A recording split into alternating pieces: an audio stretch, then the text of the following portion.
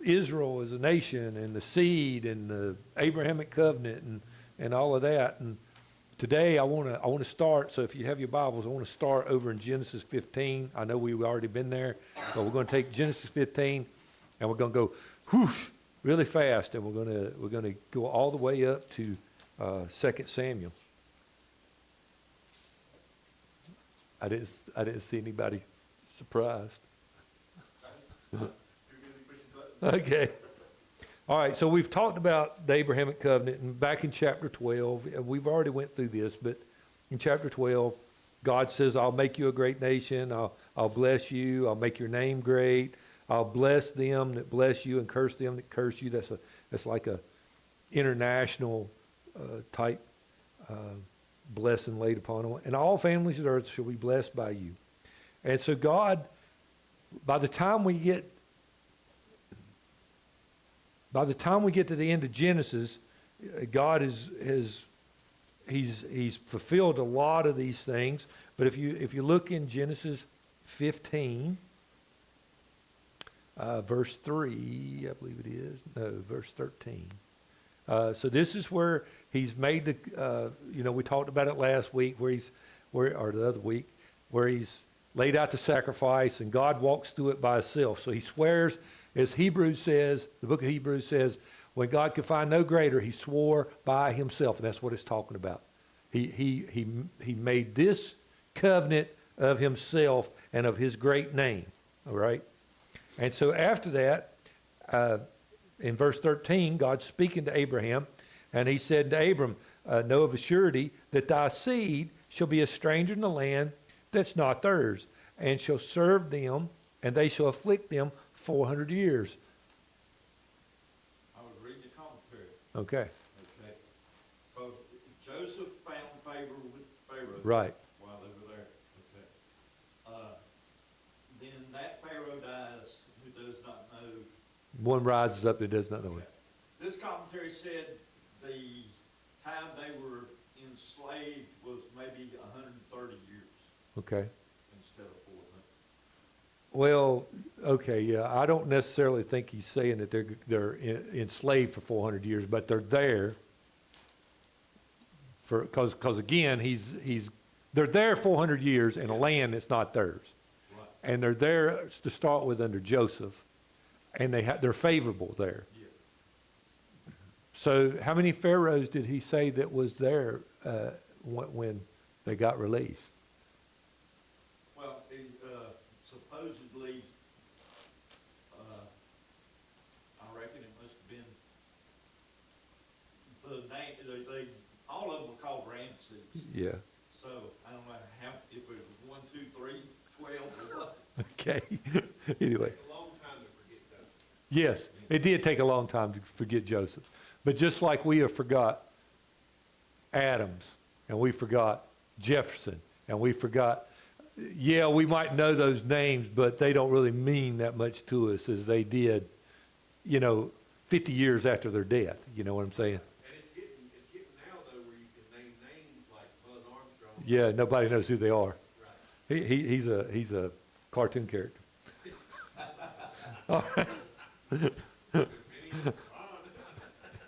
All right.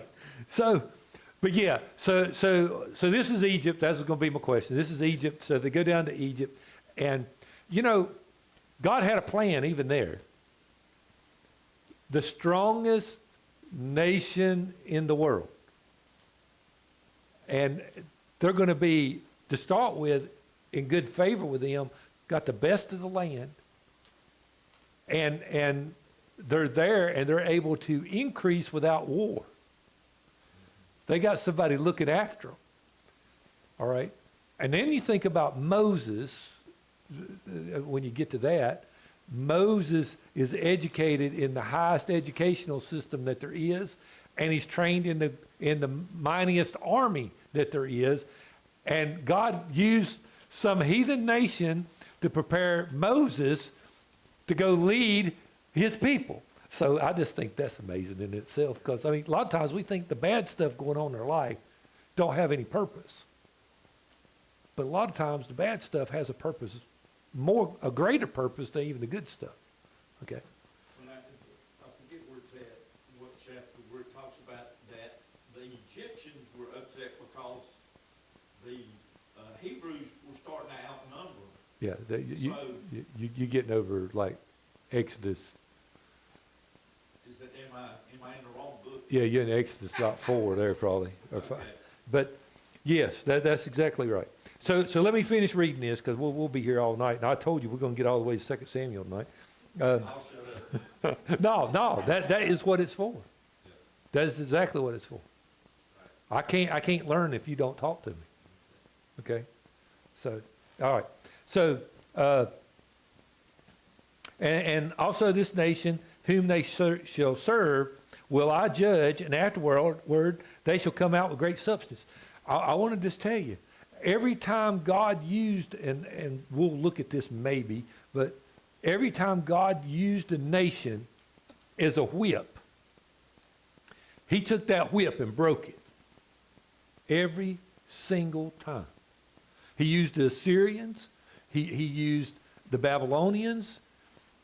He used the Canaanites at times. Every time he used a nation, he would break that whip, okay? And so, anyway, and there's some passages that deal with that. And thou shalt go out of thy fathers in good peace, and thou shalt be buried at a good old age. But in the 4th generation they shall come hither again, for the iniquity of the Amorites is not yet full. So that's another whole theological premise right there. That verse in and of itself is just a whole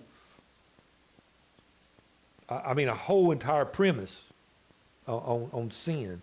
And it came to pass that when the sun went down, it was dark, and All right, so have I got all the verses? Yeah. And so they have the national promise. That's what I want you to see in verse 13.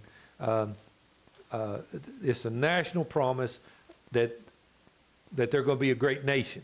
Now, let's go over to chapter 17. Let me ask one more. Okay, go ahead. Go ahead. Is that a, sort of a prophecy on the pillar of fire and the smoke that went before the children of Israel as they went out? That last verse we just had.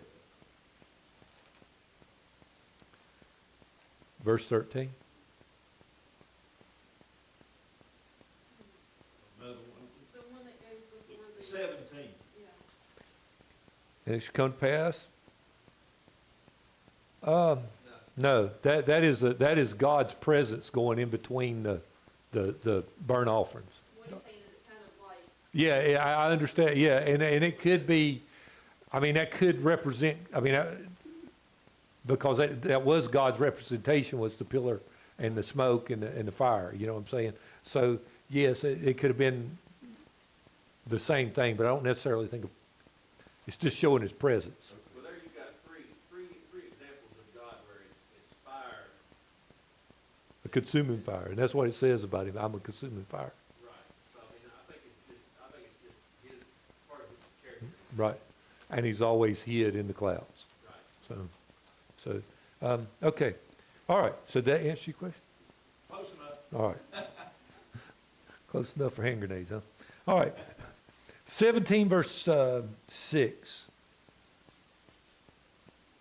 Now Abraham hears, God's appeared to Abraham and he's asking him about his seed, and he says, I'm going to make you father of many nations. Verse 5, verse 6.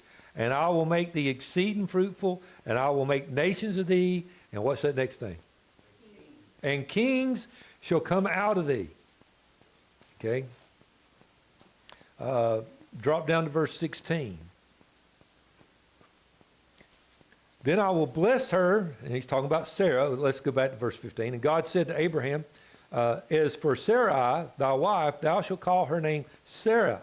No more Sarai, but Sarah. Sarah means princess. Shall be her name.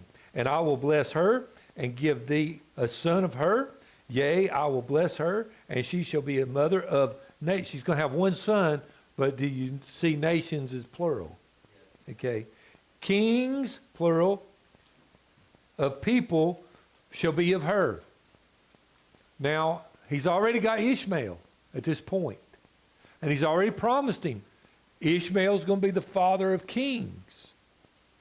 Okay? But now we're getting down to, what are we talking about? That seed. We're following that seed through. Now we're seeing that the Abrahamic seed coming out of Abraham's loins, verse 6, and out of Sarah's loins, whatever that verse was, 17 or whatever it was, 16. That couple is going to have kings come out of them. So it's starting to get broader but more specific. Does that make sense? Broader but more specific? I think that would be a good way of putting it. So this is the first thought of a king. Now, if you'll go one more time with me to Genesis 35, we'll see it one more time. And this is really not a good place, but we'll look at it just the same. 35, verse 11.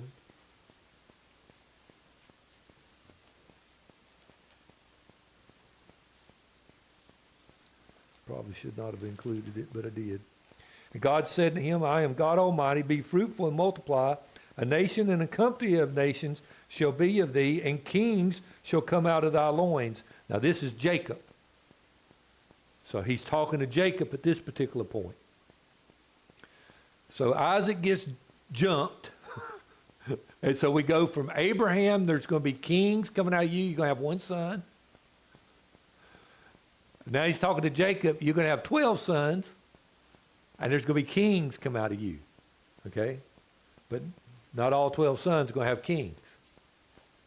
All right? All right. So we see this seed thought of kings in the book of Genesis when the nation is just now starting to form. Just to, go ahead. Just Benjamin and Judah that we have kings out of. Now that I couldn't tell you. I'd have to go look. It's just, okay, don't matter. Don't give me complicated questions right I now. was just curious. I wasn't that good a study today, I don't guess. All right, let's go from here and let's jump all the way to Deuteronomy. Can I say something that I thought? Yeah, yes, ma'am. So, the first time God says, Abraham, you're gonna, have all this stuff. And Abraham questioning God, it's like, why don't you have a seed? Yeah. The second time, he laughed. The third time, he dropped down to his knees and, like, reverence. And that's when he ended up having, that was the last time he was seen, God was seen him and said, you're gonna have a seed, you're gonna have to have that. Right. That's a good, I guess, a good observation. So just real quick, and I'll give you this. I have 2 books on Genesis, a set of commentaries on Genesis. And back when I wasn't pastoring, I read those commentaries from cover to cover. The man that wrote, great commentaries, man that wrote the commentaries, when he gets to Abraham laughing, this is why, he makes a big deal out of, he's laughing out of faith. And I'm looking at it, I'm like, man, you look at it. And Sarah's laughing out of disbelief. And I'm going, no, they both didn't believe. But I believe later on, Abraham did come to believe, But anyway, we could get into, but we won't get into it. But I'll hush. Deuteronomy chapter 17. So, who's supposed to be over Israel? What was the y'all? The opposite. But- God's supposed to be in charge, So God's supposed to be in charge. right? He's supposed to have his man that delegates. His man that delegates, which was Well, it's supposed to be Adam, yeah, but at the time of Deuteronomy, it's supposed to be Moses. yeah. Well, Moses and Aaron, Right, yeah, and then after that, the high priest. right. And so that's kind of the way this thing was to be run. Are you with me in Deuteronomy 17? Look at verse 14.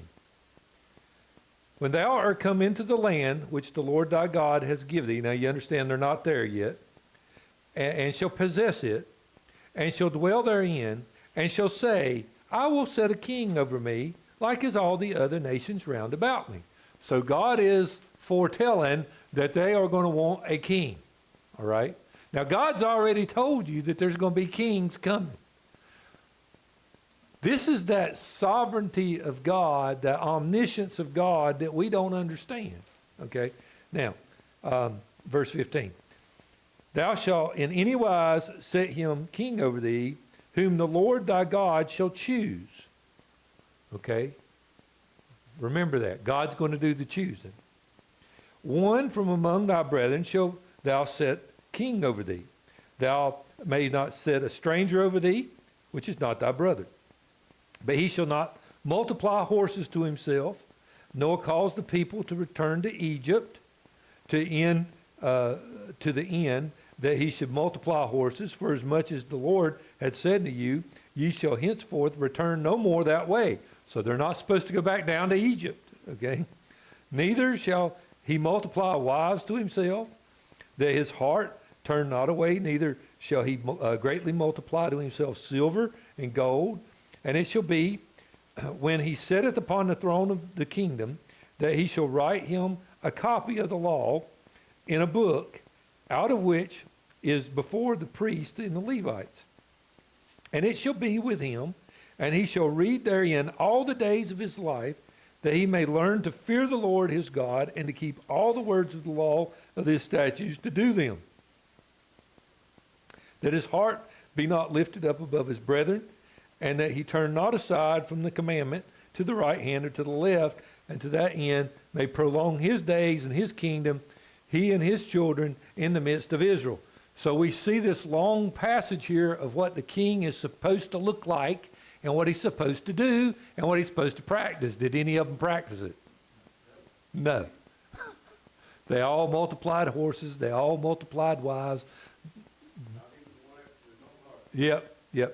They all broke it. Okay, but this is what he's described as. Then again, and we're not going to go look at this one, but I'll give it to you. Deuteronomy 28, verse 36. The king will be punished with the people if the people rebel against God. That's basically the king will go into captivity with them, is what's said there. Go with me to 1 Samuel chapter 8. 1 Samuel chapter 8. I hope I can do this correctly now. So, boy, we've come a long ways, didn't we? All right, see, I still got 15 minutes. 1 Samuel chapter 8. So, we had Moses, we had Joshua. After Joshua died, we had the time of the judges. Just a little side note, if you don't know this, and I'm not trying to make anybody out to be anything, that they don't know things, but sometimes people don't. The book of Judges is God using weak things to bring about his will. That's the whole premise of the book of Judges. A jawbone of an ass, an ox goad. I mean, oh my goodness.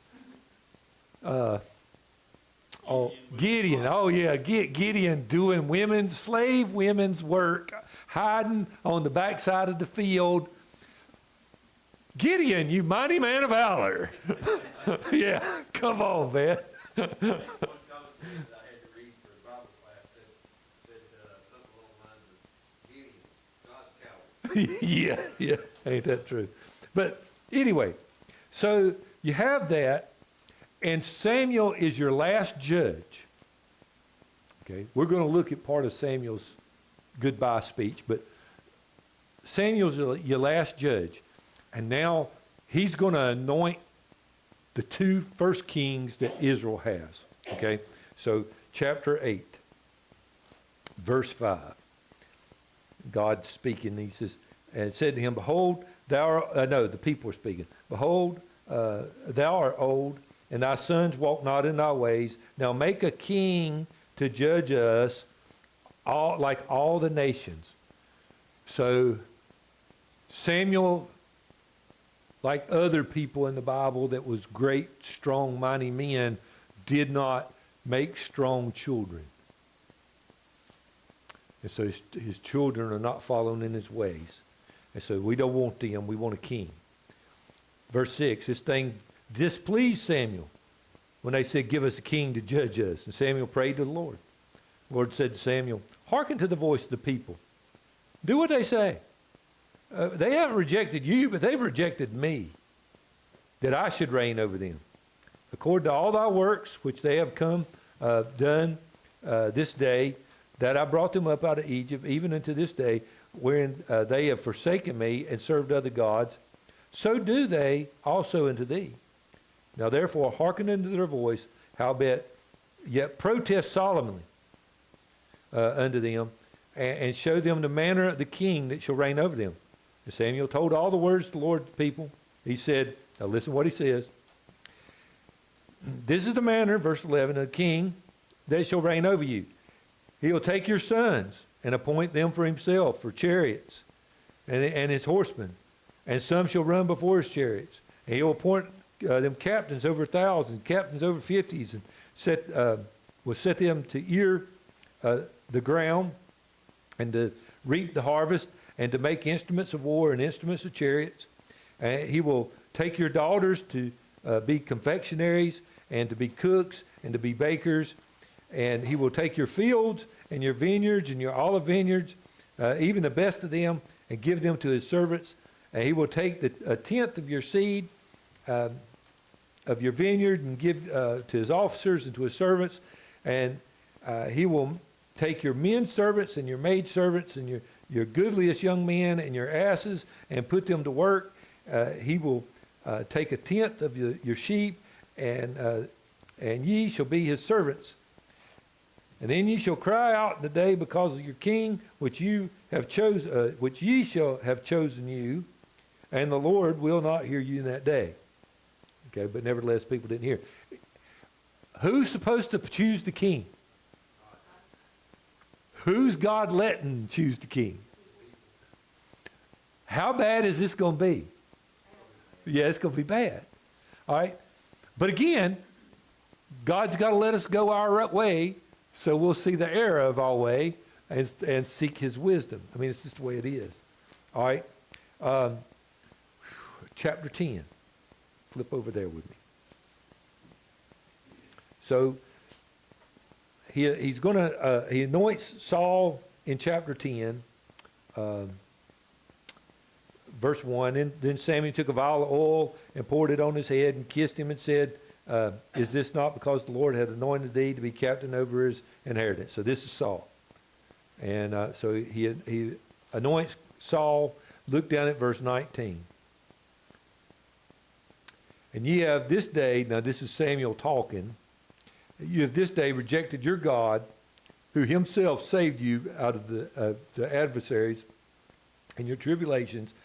And ye have said to him, nay, but set a king over us. Now therefore present yourselves before the Lord by your tribes and by your thousands.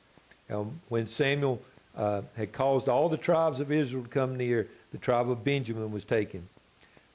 When he caused the tribe of Benjamin to come near, the families of Matar was taken, and Saul of Kish was taken. So this is the way all this rolled out. So this wasn't, I know they had the tradition of drawing straws Yeah, to consider God's will. right. Or cast lots, or Yeah. the Ermin and Thurman. Was this even like that, or was this just the people saying, we want the tribe of Benjamin, we want the family of Matthew or whatever, and the son of Kish? I'm not sure.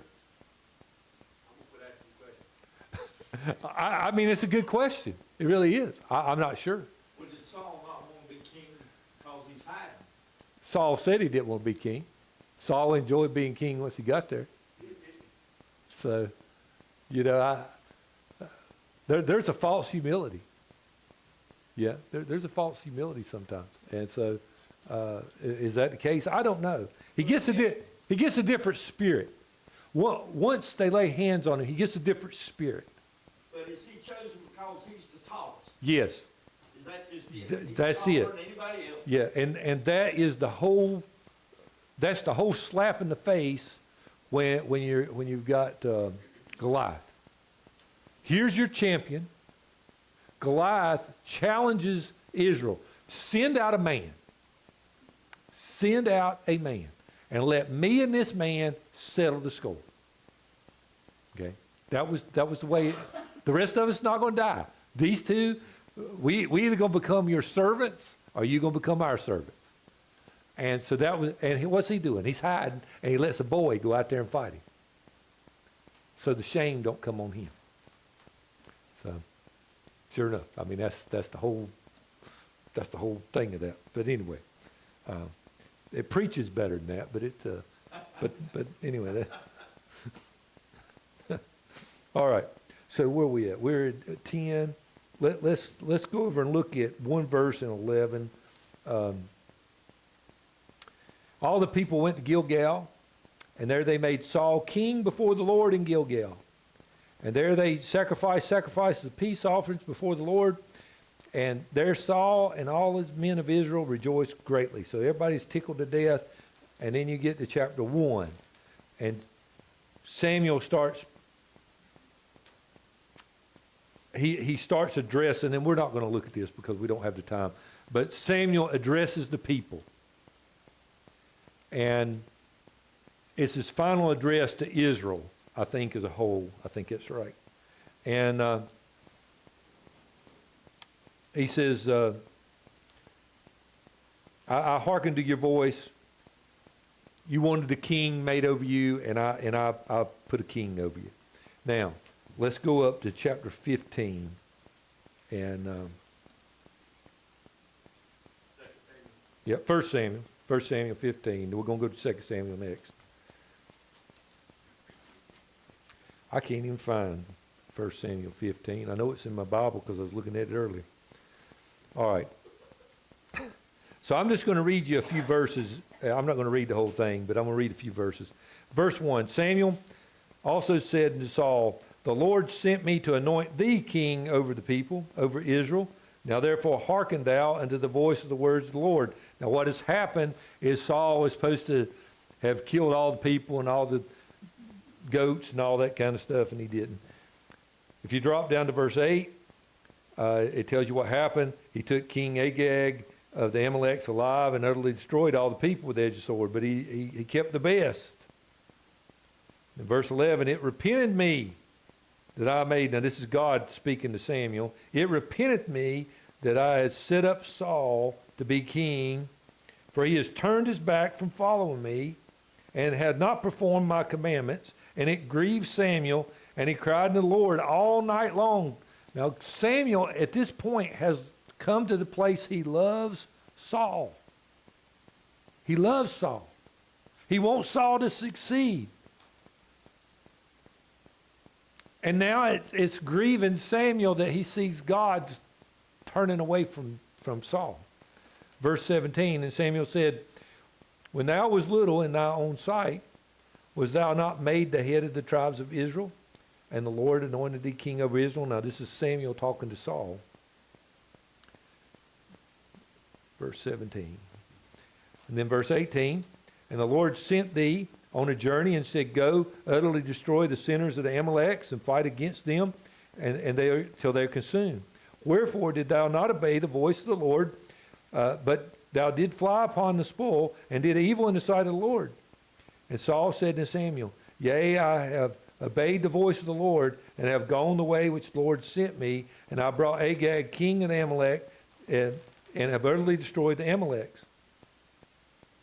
But the people took the spoil, sheep and oxen and chief things which should have been utterly destroyed to sacrifice to the Lord God in Gilgal. Is this not familiar? That's the same thing that Aaron says to Moses when he comes off the mountain. Well, the people done it. Well, you're supposed to be leading the people. Okay. Well, Aaron even, it says Aaron Fashioned, but it crawled out of the, it crawled up out of, yeah, I know. Yeah, it throwed out, yeah, the crazy mess. All right. Verse 23. For rebellion is the sin of witchcraft, and stubbornness is iniquity and idolatry. Because thou hast rejected the word of the Lord, he has rejected thee from being king. Samuel said to Saul, I will not return to thee, for thou hast rejected the word of the Lord, and the Lord has rejected thee from being king over Israel. So now we see God has rejected the first king. And then in chapter 16, verse 1, God tells Samuel to go anoint David, basically. Now, from there, real quick, go with me to 2 Samuel chapter 7, and we'll land the plane tonight, and I know y'all are ready. So we've seen this seed thought with Abraham, then Jacob, then in the book of Deuteronomy, then we see it come to pass over with the last judge as he anoints 2 kings. Now, Saul is dead. David is in a united kingdom at this particular point, and God appears to David, I believe it is, or maybe Nathan, I can't remember. Look at verse 4, chapter 7, verse 4. And it came to pass that night that the word of the Lord came to Nathan, saying, Go and tell my servant David, Thus saith the Lord, Shall thou build me a house to dwell in, whereas I have not dwelled in any house since the time that I brought up the children of Israel out of Egypt, even to this day, but have walked in a tent and in a tabernacle. And in all the places wherein I have walked, with all the children of Israel spake I a word with any of the tribes of Israel, whom I commanded to feed my people, saying, Build me a house of cedar. Now therefore, so shall thou say unto my servant David, Thus saith the Lord of hosts, I took thee from the sheepcote. So when you were small in my sight, okay, same thing he said about Saul. From following the sheep to be ruler over my people, over Israel. And I was with thee wherever thou wentest, and have cut off all thy enemies out of thy sight, have made thee a great name, like unto the name of the great men that are in the earth, i.e. Abraham. Moreover, I will appoint a place for my people Israel, and I will plant them. So again, now this is part of that Abrahamic covenant kind of idea. I will plant them that they may dwell in a place of their own and move no more. Neither shall the children of wickedness afflict them any more as before time. And as since the time that I have commanded judges to be over my people Israel, and have caused them to rest from all thy enemies, also the Lord telleth thee that will make thee a house. And when thy days be fulfilled, now he's talking to David, when your days are fulfilled, thou shalt sleep with thy fathers, and I will set up thy seed after thee, which shall proceed out of thy bowels, and I will establish his kingdom, singular. He shall build a house for my name, and I will establish the throne of his kingdom forever, and I will be his father, and he shall be my son. And if he commit iniquity, I will chasten him with the rod of men and with the stripes of children of men. But my mercy shall not depart away from him, as I took it from Saul, whom I put away from before me. And thy house and thy kingdom shall be established forever before thee, and thy throne shall be established forever, according to all these words and according to all this vision. So did Nathan speak to David. Now, it's twofold. You have David. Who comes after David? Solomon. Who builds a house for God? Solomon. That was fulfilled. But then it's the future fulfillment of this thing. Your kingdom is going to be established forever, and he's going to sit upon your throne. This is the throne of David that Jesus Christ will sit on and rule as Messiah in Jerusalem during the millennial reign. Okay? That is what they're looking for. That's what David's talking about in Psalm 110. Jesus brings up Psalm 110. Saying unto my Lord, sit thou at my feet until I make thy enemies thy footstool. Okay, I think that's right, something like that. But set at my right hand until I make thy enemies thy footstool. And that is a picture of Christ, his reign. And that's exactly what Jesus said. He said, who's David talking about? Who's his Lord he's talking about? And so this, folks, is the ultimate fulfillment of what they need for the land.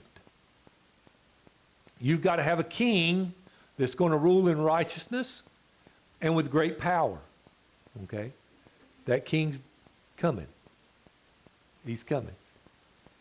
And so this is what they're looking for. This is what they're looking for. What's Jesus' three positions? Priest, king, prophet. Prophet, priest, and king. He fulfills all three roles. David was prophet, king, but not priest. So you've had people that was priest and king and priest and prophet, but you've never had all three of them. Jesus will fulfill all three of them. Now, what I would like to do when we come back, just to do it, if I can, I'll probably have to draw it up here. I'd like to go through how we get the genealogy of Christ having the right to rule. So that'll be fun. So you guys, y'all all go study it up so y'all can give me a headache. Okay? All right. Any questions, comments, add tos? Crazy.